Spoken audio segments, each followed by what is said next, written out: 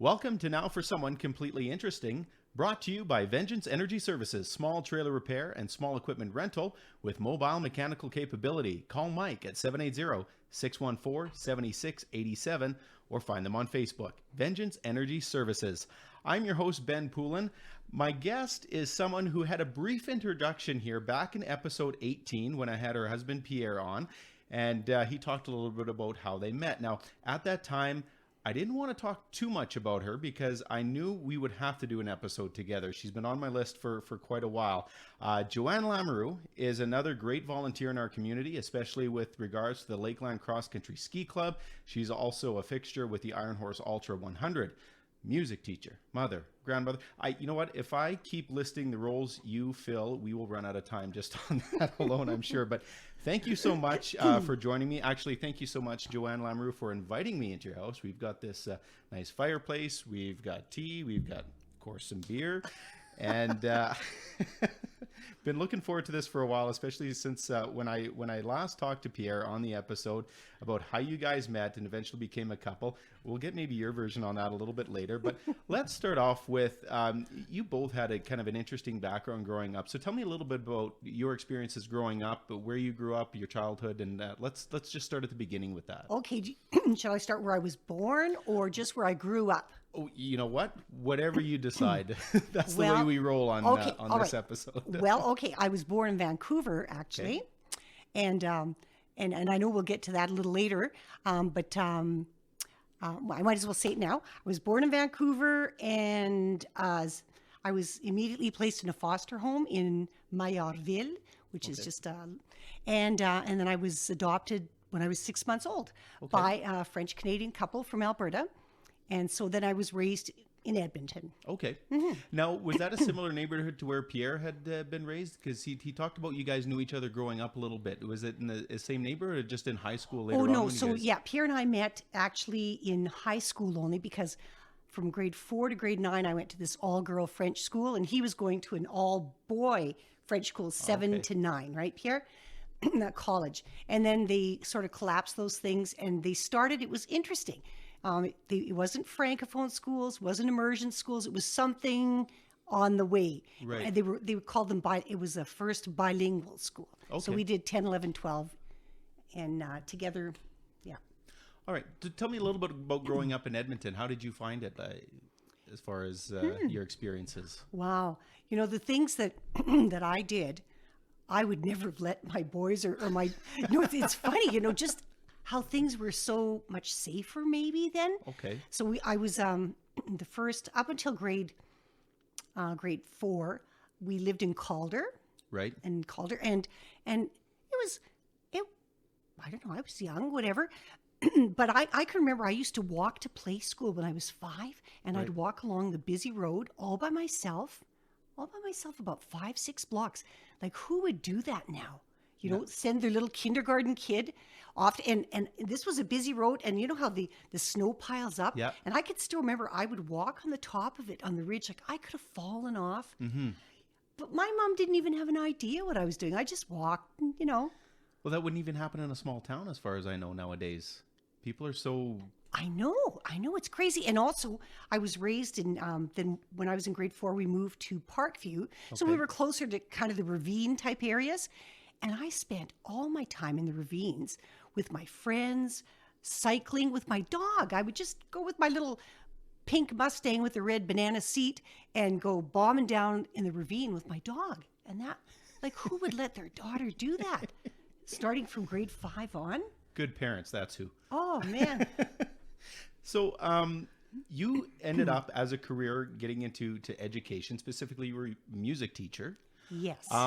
What guided you into that profession? Yeah, that was interesting because when I was going to school, I can remember at the Academy Assumption, the sisters were always going, "You should be a teacher. You'd be such a great teacher." And I was raised just in that time when the women's liberation movement was really strong, but I was too young to understand really what it was all about. But it did have a profound impact on me, and I knew that I didn't want to go in any traditional job. I didn't want to be a teacher. I didn't want to be a secretary. I didn't want to be like none of those traditional things. And I loved music. So right after high school, I went to Grant MacEwan, and I started off in the singing program and musical theater, and I liked it. But anyhow, there was a little bit too, so many things to say. The way I learned music was really sad, sad, because, well, it's bad to say, but they were all sisters, and I don't think a lot of them had a lot of patience. Right. And so I started at the Academy Assumption, and in grade 4, and I can remember the sister, she would put a book in front of me, and she'd play the tune, and then she'd say, okay, now let's play it and let's learn it. Well, I had such a good ear back then that I went up to 4 books until I couldn't remember which she had played. Like it was, and she only she saw that. She was so mad that she hadn't caught that she locked me in a room with a little piece of music, and she wouldn't let me out of that room until I had decoded that music. Right. That's sad. I was so mad. I bet you that piano was way out of tune when after I had got my wrath out of that. Oh, it was just so unkind. And, finally I thought, okay, I can do this. And I figured out the song, and she must have been right by the door the whole time, because as soon as I started playing what was on that piece of paper, the door opened, and Wow. yeah. And then, and the way we learned how to play piano was they'd follow your hands with a little knitting needle. And every time that you'd hit a wrong note, they'd whack your fingers. That's like awful. That's how I learned. Yeah. So I started music like that for several years. And then I went to another music teacher afterwards she wasn't physically abusive, but she was emotionally abusive. I would cry at the end of every lesson. Now, I had to really like music to keep playing music. I was going to say, like, how did you, like, that would probably turn me off of music completely. Like, if because I loved it so much that I hated what I was going through, but I loved music. And then the other music teacher that I had afterwards was a lady. She wasn't a religious sister or anything. And there were some really good ones. I just happened to get the bad ones. No, I swear. At the Academy Assumption, there were wonderful, wonderful music teachers. They were so kind. And I called her Liver Lips. And she was really tall and old, and I'm sure she was good. I learned a lot of theory. I certainly learned my theory very well with her. But then I went to this lady who was so kind. She would just sit slouched in her chair all the time, and she had false eyelashes, and they were hanging off her eyes a lot of times. And when I grew up, I realized afterwards she was drunk at every one of my lessons. So those were my music teachers. Isn't that awful? Oh, okay, so now it's awful. So you became a music teacher yourself. Yes. Did you incorporate any style or discipline that you had learned growing up and as yeah, teacher what yourself? I would not do for sure. Oh my gosh, that's exactly what it did. It made, because I loved music, and I guess it didn't matter what they did to me. I was going to play music, and I was going to be musical, right? But I just vowed that I thought it was a good thing to learn the language of music, but that shouldn't be just the study. Right. Language of music. Well, what's that? That's not music. It's a tool, Right. And so that's, yeah. So when I taught music, I just, I thought everything had to be, obviously, as a teacher, everything has to be age appropriate, sequential, but real and fun the whole time. Like if the kids aren't having fun, and that's what I'd always say to them. I said, I promise I will always work really hard. You guys are always going to have fun in my class, but you guys are going to learn stuff. Right. And you're going to become empowered. And yeah, so if you learn something about theory, well, what are you going to do with it? You're going to create with it. You're going to use it to make arrangements, to write something, to have fun with it, right? Now, when you taught music too, like in the school system, you were teaching right from kindergarten students up to grade 12. Yeah. With that range and over the years you taught, what are some of your favorite memories, or maybe what's something that might have happened that kind of sticks out in your mind? I laugh a lot of times when I moved to St. Paul because, St. Paul was so different from teaching in the city. In the city, I had, oh my gosh, at this one school I had 34 kids in every class. I was teaching grade 4, 5, 6. There were 2 classes of each. And then I was teaching half-time for an entire grade 6 class. And 34 kids in music for half an hour. And all the student aides would take their break during that time. So any child that had problems. So, you had to, if you didn't have good classroom management, Right. you had nothing. And it was like, but what's classroom management? It's motivating the kids, but it's also having structure Right. and knowing that there's kids that are good, knowing that there are kids that don't really like things and that need help. And so anyhow, that was like the best training ground in the world for me, because I said to the kids, it's almost like being in the Army, kids. We only have 30 minutes together and we can do a lot of really fun things. I said, but I'm going to need your help. Right. I said, there's some kids here that they're so far behind. And I said, we can modify everything. But I said, I'm going to need your help. 30 minutes, 34 kids come marching in every half hour. Yeah. And we succeeded because there was enough kids. Well, everyone liked music finally, but because it was modified there was a place for everyone. You think, though, too, you kind of involved other kids in the responsibility of teaching? Absolutely. That engaged them more than normally? Absolutely, yeah. It's an interesting technique. I think that helps a lot, well, in a lot of situations, like even in a workplace, when you put maybe not so much management responsibilities on your regular employees per se, but just giving them opportunities to make decisions almost. Yes. That they become more accountable to what's happening. And so, so teaching them at the early age might have been, maybe long term, you're teaching them something more important than. Well, you know where I learned that? Like, honestly, the instruction I got at the Academy Assumption was outstanding. Right. It was really outstanding because I had done grade 1, 2, 3 at Calder School, and it was okay. And but then I can remember when I got to grade 4, I had never thought that school could be so hard. Well, first of all, they were correcting my French every second word I was saying because my parents spoke a dialect, and so the nuns were constantly correcting me, and I'm going, oh, give me a break.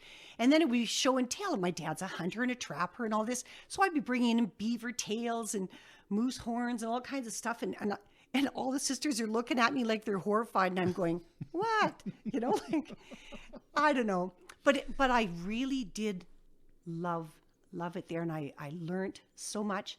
And we learned how to help each other. Right. Like there was a lady who lived in this community, Lise. Oh my gosh, hang on. It was Madame Lefebvre, but Lise Holton. Lise Holton in our community here. She was our gym teacher and our health teacher at the Academy Assumption. She was just this little young, feisty Quebecois girl who arrived to teach at this all-girl French school. And she had the most beautiful philosophy that I tried to keep through all of my teaching career, is that no one gets left behind. Right. No one gets left behind. And so, so you're the kid who can, you know the lesson before it's even come out of my mouth. Yeah. Great. You're going to help me teach the others. Right. Instead of, I'm going to bust myself to keep providing more and more and more for you. Mm-hmm. No, we're all going to grow together. And I saw the benefits of that in her class, and it was really beautiful, and I believed in that so much. Yeah. Moving on to a little bit of a different one. So this is where we engaged with Pierre last time, because I had to talk about how he met you, because we know you both very well. I'm sure you heard the episode. He was your token Frenchman to take to anything that was a Francophone event. So what is your take on how you guys met and kind of developed into a relationship and then a marriage and beyond that? So you know what? Actually, the first time I think that I noticed Pierre, and that I don't even know if you remember this, because I was always organizing stuff. My friends and I, we just love to organize shows. And this time we had organized a big fashion show at the Academy Assumption. And we had all these girls, and we had got, clothes from all the stores. And we said, the girls should have male escorts. So we went to the Collège Saint-Jean, where the all boyfriend, and we said, we need some boys as volunteers to, kind of escort the girls on some.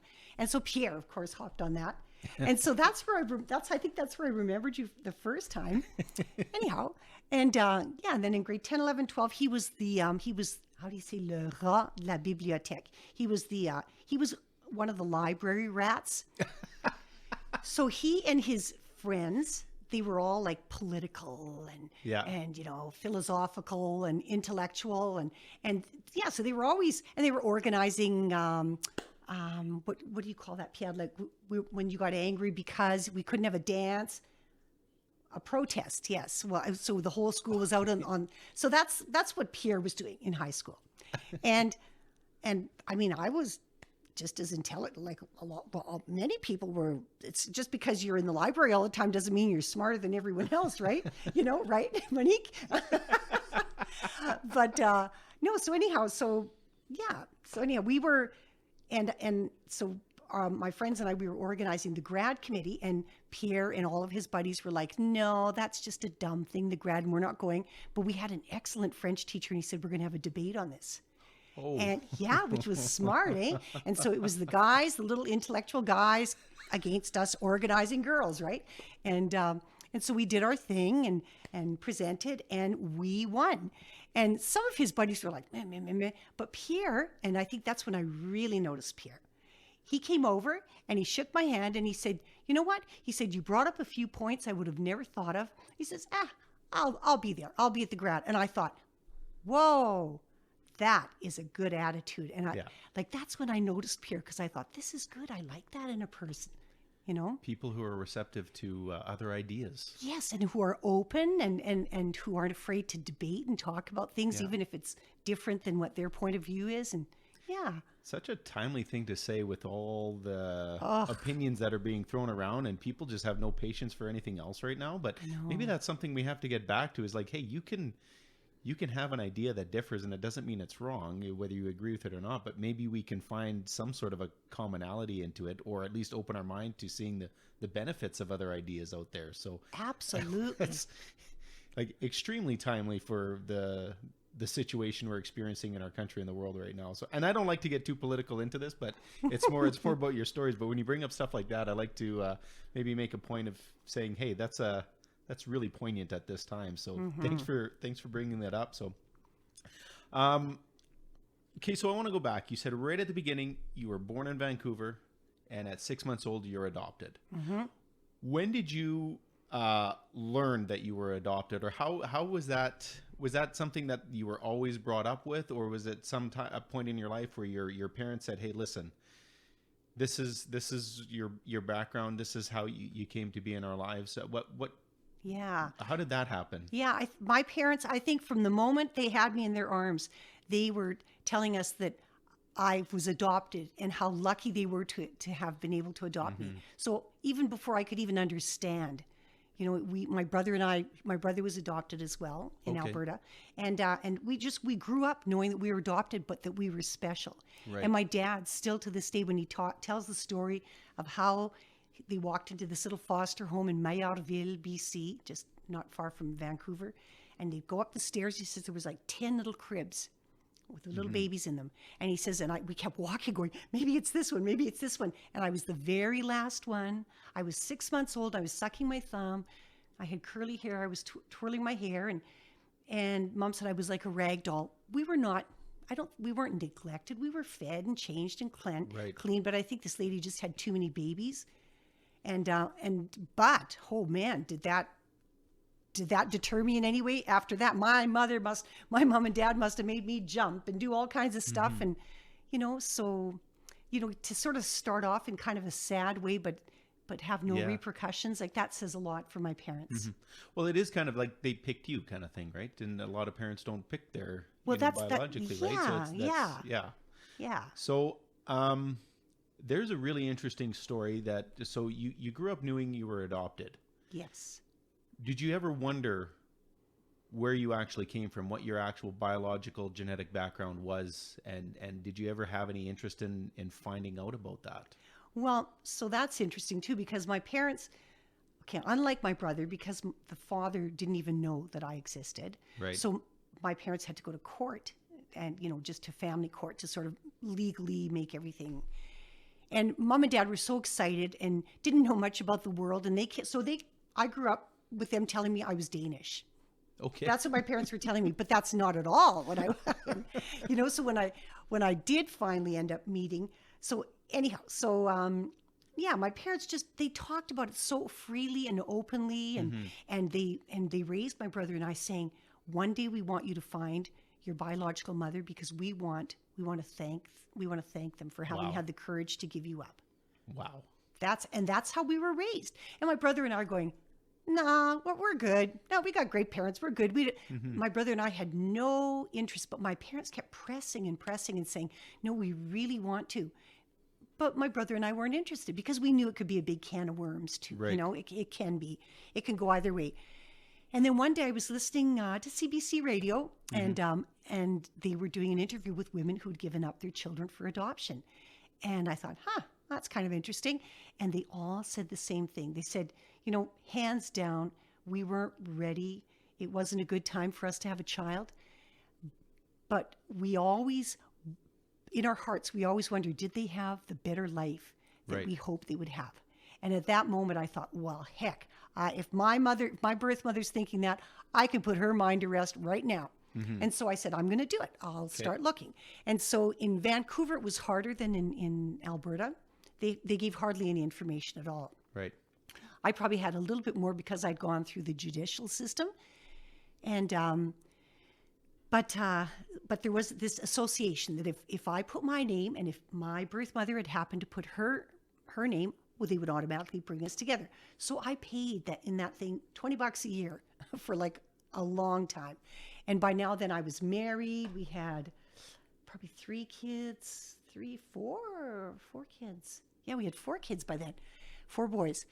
And I was going to, and also I was touring. I was a musician on the road, and I was touring, and we didn't have internet and all those kind of things, you know, like we do now. And so I was always looking in phone books to see if there was the name that I had before I was adopted, that I thought was Danish. It was Dagalus, as if that's a Danish name, you know, whatever. I didn't know anything, but never, there was never any name. And I just thought, whatever.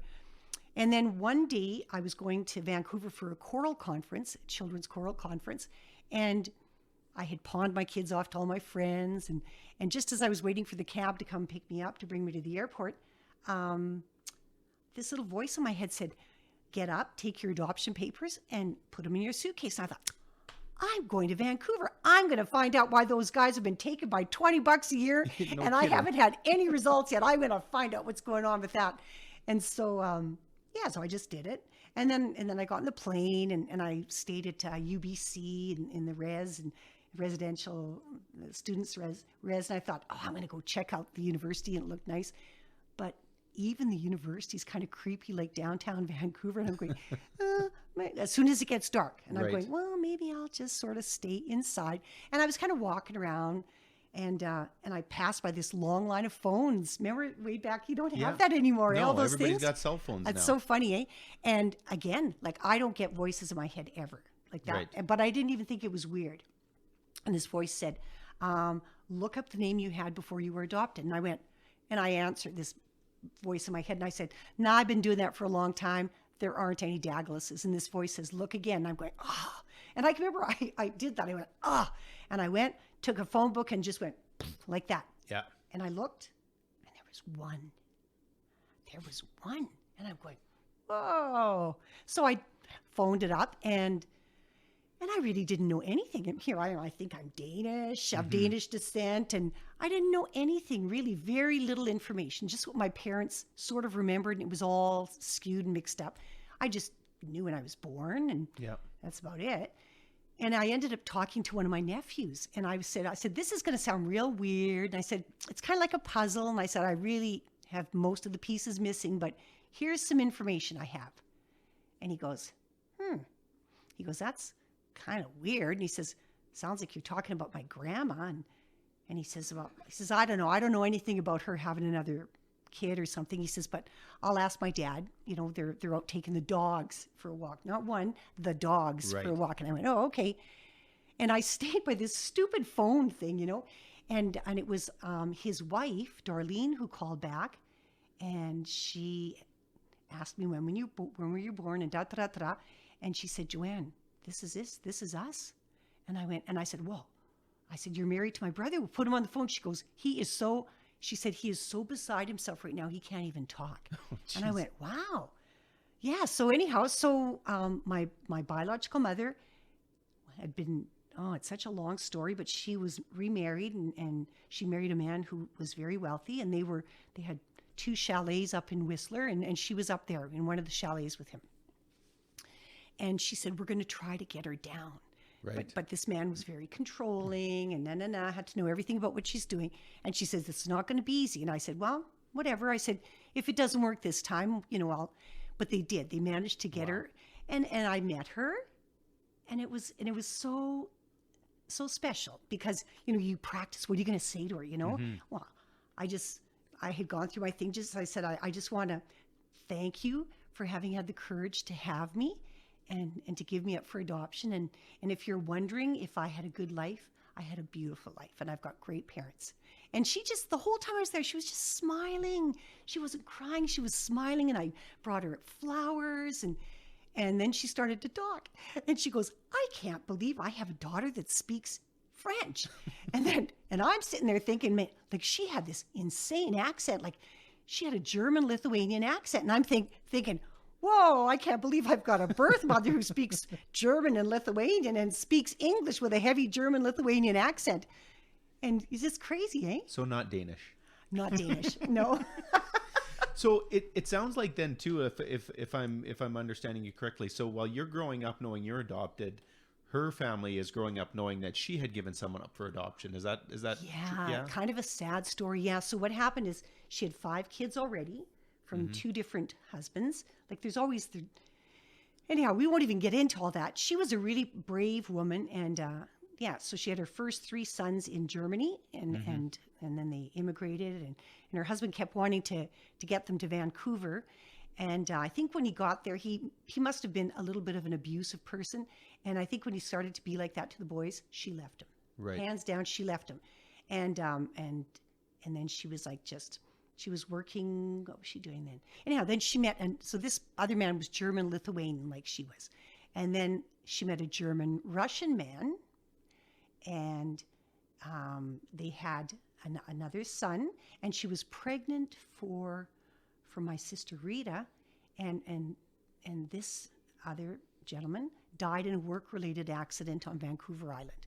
So now she had, then she came back to Vancouver. Now and she had her baby. She had Rita, and she was working in a bowling alley, raising her kids and living in row housing. My brother showed me where they were living at that time by the train tracks and everything.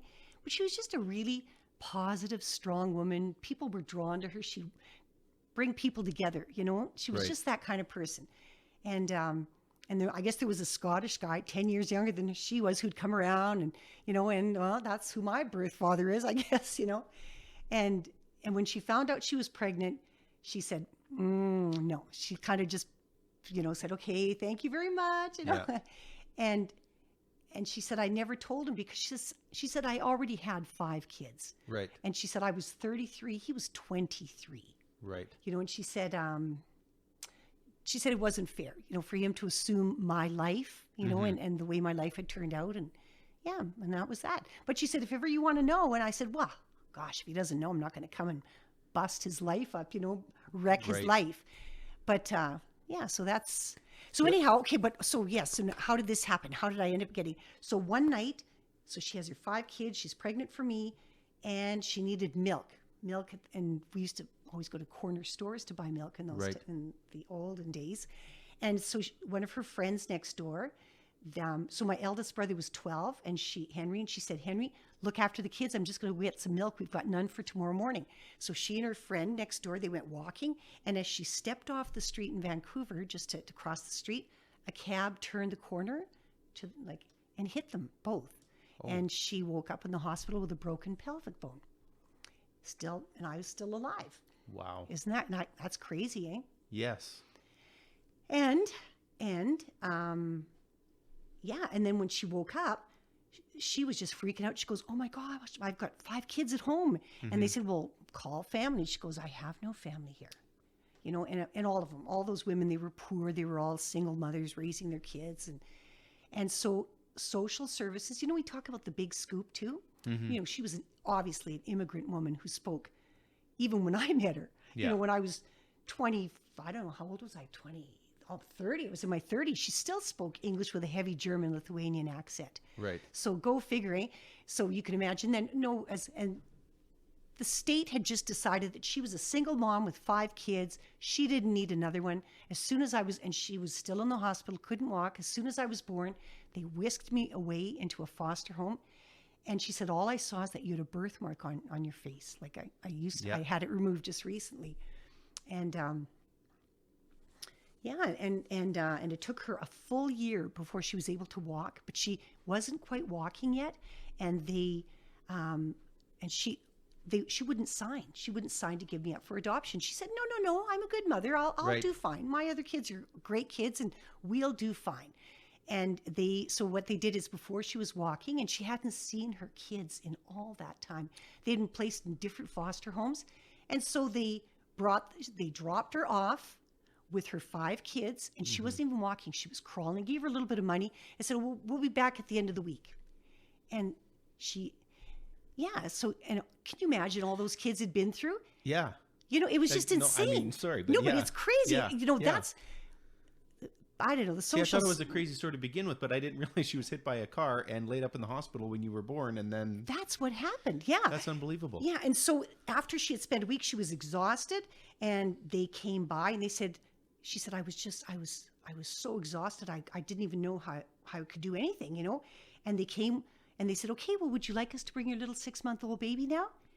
And she said, I couldn't even think straight. And they had the adoption papers, and they said, oh, guess you can't look after her, better sign. And so she said, I started to sign, and she said, I'd still like to see that paper because I didn't finish the last letter. Oh. She said, I hadn't finished the last letter of my name, and something inside of me said, this is wrong, and don't let them do this. And they saw I was hesitating, and they took the paper, and that was it. Isn't that something, eh? That's crazy. Yeah. That's... But, I mean, people, they didn't treat people very nicely back then. No. Immigrant people, poor First Nation people, nobody was treated well. But, I mean, you have to think, too, though, like your life as it is, could you imagine it any other way? And yet she was duped into doing it almost, right? Yeah. Like, I know, it's crazy. That's incredible. That's an incredible story. That's one of the best stories I've heard. Oh my goodness. I mean, well, it's just different, eh? Not that yeah. I mean, not the happiest story, but you can't write a movie like that. No.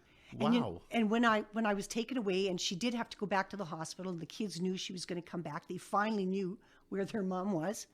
I'm like, how cruel is that to not tell your kids? And the older boys, they were getting in all kinds of trouble. They were so scared. So they kept getting changed from one foster home to another because they were being bad. They didn't know what was going on. Poor guys, eh? How people end up, and it ruins lives. It ruins lives. And so finally, when she got all her kids back, she said, okay, kids. She said, we've all been through a rough time. And she says, and while mommy was gone, I had a little baby girl. And so you guys have a little sister, but she's gone now. And she said, now we're going to close the door on that. And she says, but we're all together, and we're just going to keep moving forward. That wartime mentality. Yeah. Because that's what she had fled, the war. Right. Yeah, it's just amazing, eh? What a story. Unbelievable. But the boys, they knew, and so they kept talking about it. They somehow kept that door. That's great that you were still able to reconnect and understand that part of it too. Because it wasn't just someone who gave you up. They just, I mean, there was not that they even, when you say they, I mean, a lot of people don't want to give their kids up for adoption. Well, she didn't want to, no. And literally didn't want to, but was, like I said, duped into it. Not that she recognized the dire of it, being able to take care of more people as a single mom. But sad. Yeah. I don't even know what to say. Oh. You've kind of got me speechless. So. But Joanne, you know what? I know we could do this for a long time. I'm going to wrap it up a little bit here because my thing is leave people wanting more, because that way we can open the door for another podcast later on where we can talk about some more stuff there. But I don't know if you're going to be able to top that story though. Incredible.